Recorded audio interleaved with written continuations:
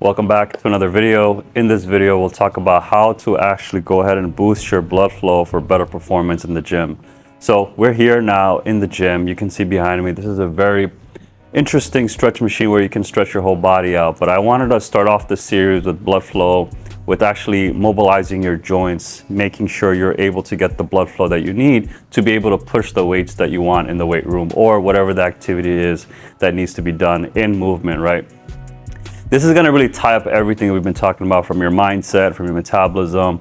We just talked about breath work, and now we're going to talk about blood flow. So you'll be able to see how it all ties in together to make you optimize to your genetic potential. When we talk about this subject, we want to think about what is blood, right? Blood is one of those things that are so vital to your existence. Use a quick analogy. The moment you slit a wrist or you get a cut and you're just bleeding uncontrollably, what happens, right? You lose all the blood, you faint, and you eventually wither away. Now, the other effect of that is, what is it actually doing for you? We know blood is red because of the hemoglobin within your red blood cells. But at the end of the day, there's a lot of nutrients going in there, a lot of waste products going in there, and it's just really going throughout your whole body at 5 liters per minute, right? It's like the highway, so fast that you can't even imagine how fast it's actually going, but it's going. What ends up happening though, over time, as we get older and older, we're moving less frequently, our lifestyles become more sedentary, so our blood isn't going to the right areas that it needs to go. So in this video, I want to talk to you about how, what is blood flow, and of course, how do we apply it to get better performance in the gym. It always ties back to the fundamentals. What is the fundamental understanding of blood flow, and then how does it apply to your physical body? So we talked a little bit about what is exactly blood, but then let's now talk about how does it channel throughout your system. I'll put up a picture, an image of the circulatory system, which is your heart and all the vessels, your arteries, your veins, your capillaries, all that go ahead and puts the blood in the different locations. But what ends up happening is, like I was telling you before, we get restrictions. And there's 10 major, I would say probably 10 major junctions. I'm sure there's more, but for our sake in Alpha to understand exactly how to use this concept, 10 major junctions that we need to be focusing on to ensure that blood is properly circulating throughout your body. We'll start off with the hands. As you see in my demonstration of my hands, I have 2 sets of them, and then at the same time, well, 1 set, 2 hands, and you'll see there's a lot of fingers, right?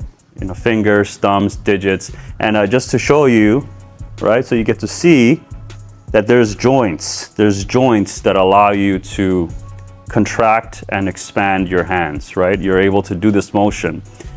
This motion is pretty powerful because what you're actually doing is you're contracting and flexing, contracting, flexing, expanding, and is allowing, and you'll see, you could do it yourself, take a look, you'll see it goes from like pale to pink, because when it's pale, that means we're restricting blood flow. When it's pink, that means blood is now gushing back in.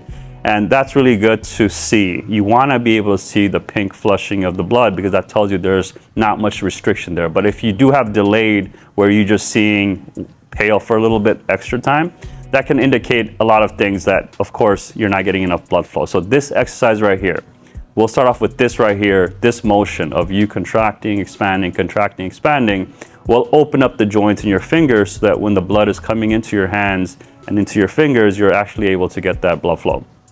That's number 1.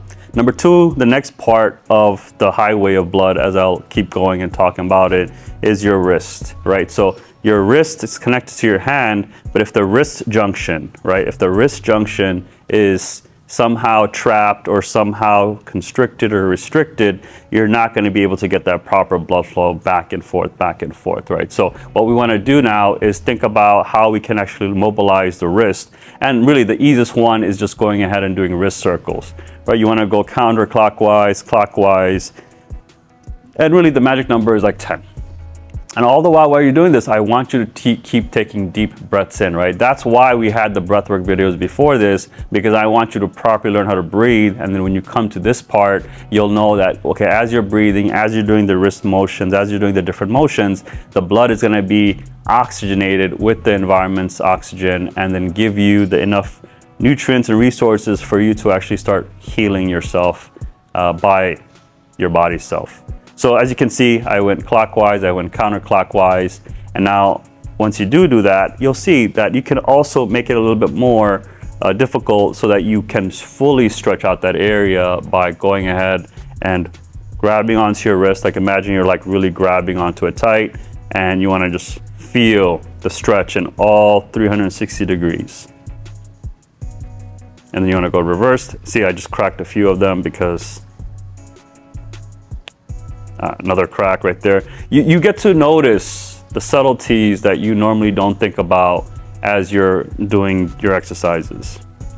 Okay, so we did our fingers, we did our wrist, and now we want to move on to the next junction, the big junction, which is going to be the elbows, right? This is where your brachioradialis, your bicep, your tricep, they're all sort of working synchronously to make sure that you're able to flex, like, flex, extend, flex, extend. So it's a pretty simple one. You want to imagine you're carrying like two really heavy weights, and you want to go ahead and, curl it up, and you want to slowly bring it down.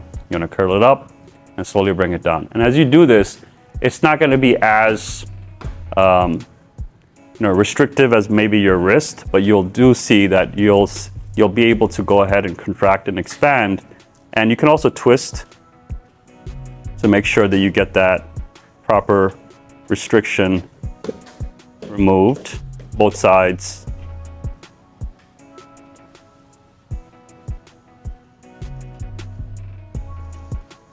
Yeah, so as you saw, we did our fingers, we did our wrists, we did our elbows. The next up, the big shoulder joint, right? This is the part, as we get older, a lot of people get frozen shoulder only because, very immobile, not moving a lot, the fascia hardens, becomes like a calcified shell, and which causes us to, be in like weird positions, maybe hunched, maybe in another way that doesn't allow you to have that mobility that you need. So the easiest way is to really do just arm circles, right? So you want to be able to fully exaggerate and go in a circular motion.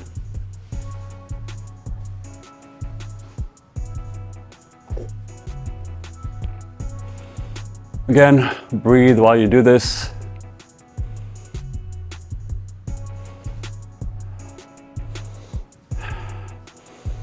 You want to reverse. So it's the same motion, clockwise, counterclockwise. Everything's super simple. You don't want to overcomplicate it, or else your brain's going to be like, nah, it's too complicated. We don't want to do it.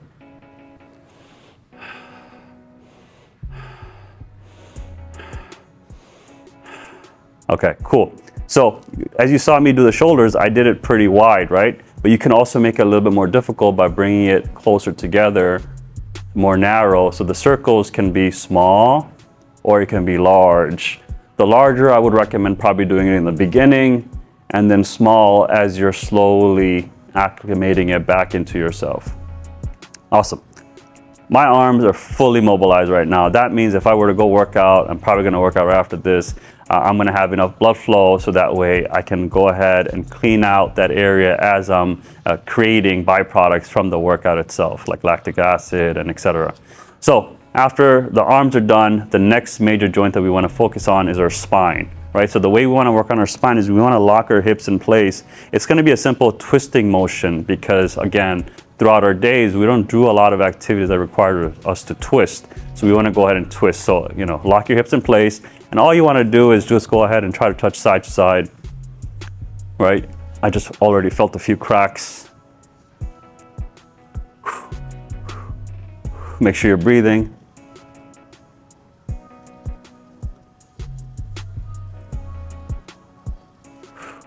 Try to touch the ceiling. Again, activates different areas.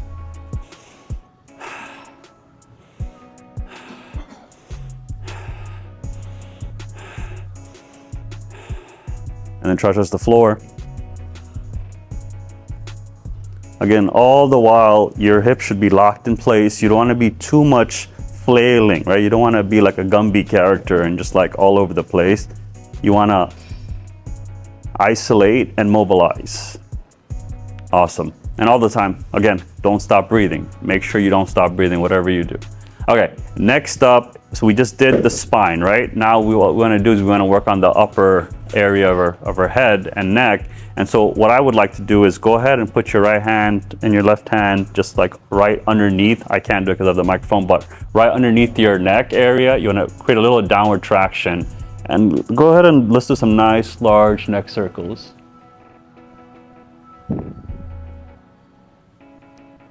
You're really going to feel the tension if you have tight, stiff neck. If you work on computers a lot, if you do any motion that requires you to sit, I'm sure your neck is pretty tight, like myself. I'm going clockwise right now. Make sure you take deep breaths in. I reverse.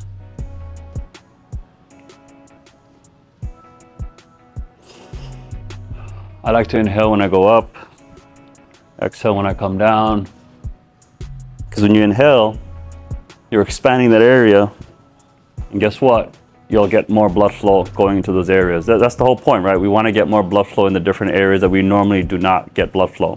So we just did our head and neck. So what did we do? We did our fingers, we did our wrists, we did our elbows, we did our shoulders, we did our spine, we did our head and neck. And so we did the upper body pretty well, right? So how many joints was that? So let's just count the hands as 1, our wrists as 2, our elbows as 3, our shoulders as 4, our head and neck as 5, our spine as 6, and so the last few are going to be in our lower limbs, right? We want to make sure we activate all of it.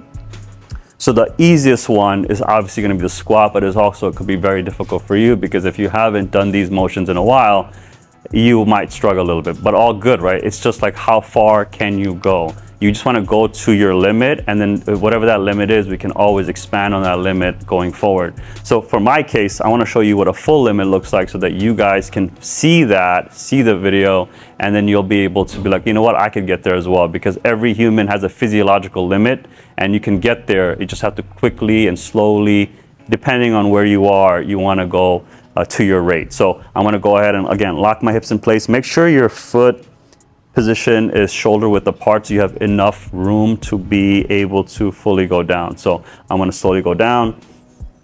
I'm cracking everything.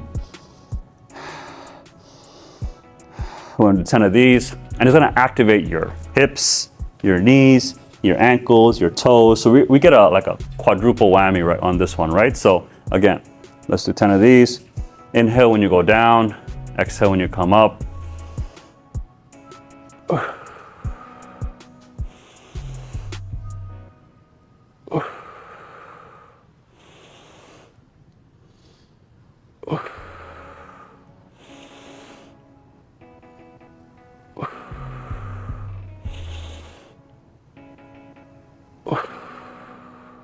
Awesome. So you got to see, right? Your foot position has to force itself on the floor. Your knees are going to try to go in different directions, but you want to flail it out, right? You want to make sure your knees are positioning outwards, and your hips, of course, you want to make sure it's mobile enough. Some of you might have really tight hips. I have tight hips. So it's important that when you're starting off, just go as low as you can go, right? Maybe this is your lowest, right? So then you want to just stay here, take a deep breath in. But you'll notice that as you exhale, you'll have more flexibility and mobility because you're restricting and then contracting and releasing. So it creates that tension that allows it to go down. It's something called muscle energy. Maybe you want to look it up. I'll make a video of it. If you're interested, definitely let me know. But other than that, okay, we just did our hips, knees, our ankles, and our toes. But now we want to get a little bit more in depth with our hips specifically because we just activated all of them, but now we want to open up majority of them. So the way we do that, I'm going to go ahead and hold on to this. I want you to hold on to your hips. Do some nice hip circles. As you can see, pretty straightforward. And as you're doing it, you want to go clockwise and counterclockwise. So think of it from the perspective of you doing your shoulders, same thing with your hips. Remember, your hips and your shoulders are probably the biggest joints in your body. Your hips 100%. All right, so I did clockwise, I'll go the other way.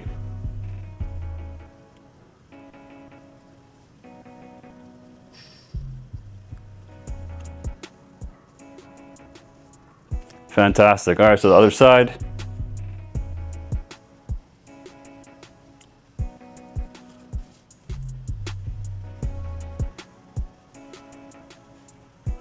Remember, don't stop breathing, right? Always breathe. If you take anything away from this video with blood flow, you need to breathe. If you're not breathing, you're not allowing the exchange of the nutrients and the waste products, right? Our body is continuously filtering out different things. Okay, so we did our hips, knees, and ankles to the squat. We did our hip circles. And the last bit that we want to do is we want to work on our toes, right? So the way our toes work, and I'm going to go ahead to the side view, you'll be able to see that when I go up and down, this is called a calf for layman, but the technical term is gastrocnemius, right? You want this area to be as loose as possible. I know it's easier said than done because I can pretty much guarantee 80 to 90% of us have very tight calves. And that's a reason, and that's a problem, because the blood flow, right? How does blood actually travel? That's something that's super important to understand, is that it works through gravity, right? So gravity will just bring the blood down, but it has to come back up. And there's mechanisms in place in your venous system that allows it to come back up. But if it's tight, if this thing is tight, what do you think? Is it really gonna come back up? No, it's gonna pool down to your foot, and sometimes that's why you see people have like spider veins and just veins that are distended because blood is not coming back up, and you have swollen feet sometimes, and so the lymphatic drainage doesn't really occur because you have tightness in your lower extremities. So the way we want to sort of open it up, and I'm just going to start you off, right, because you'll have to do other things to be able to mobilize it, is just doing a simple calf raise. You go up and down and you feel the contraction in your calves. And you'll notice that as you're contracting and expanding and releasing, it'll allow it to have proper blood flow. So again, while you're inhaling and going up, and then exhaling when you come down.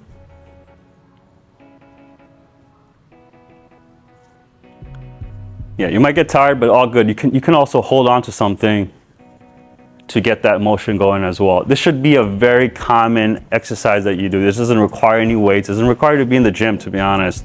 But when you do that, it'll be beneficial to you as well. Okay, so let's talk about those.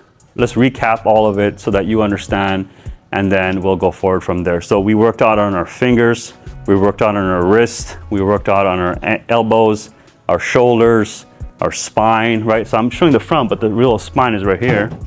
We worked out on our head, our neck, and then we worked on our hips, on our knees, on our ankles, and then our toes. Those major junctions. You do this every single day, multiple times a day, you'll realize that your ability to do the movements in the gym is going to be a lot easier for you because you've done the homework. You've done the main fundamental core aspects of your body. You're mobilizing it. So when you do hit that bench press, when you do go ahead and run on that treadmill, you will not feel as sore, or at the same time, you won't feel the restriction pulling anywhere because of the fact that you did do this. Cool. With that being said, guys, if you found any value in this video, definitely like this video, letting me know you liked the video. If you found anything that was interesting to you, go ahead and comment below so we can have that discussion. Other than that, subscribe to the channel. I really like to see all of you guys get value from this video. With that being said, I'll see you in the next one. Take care. Bye.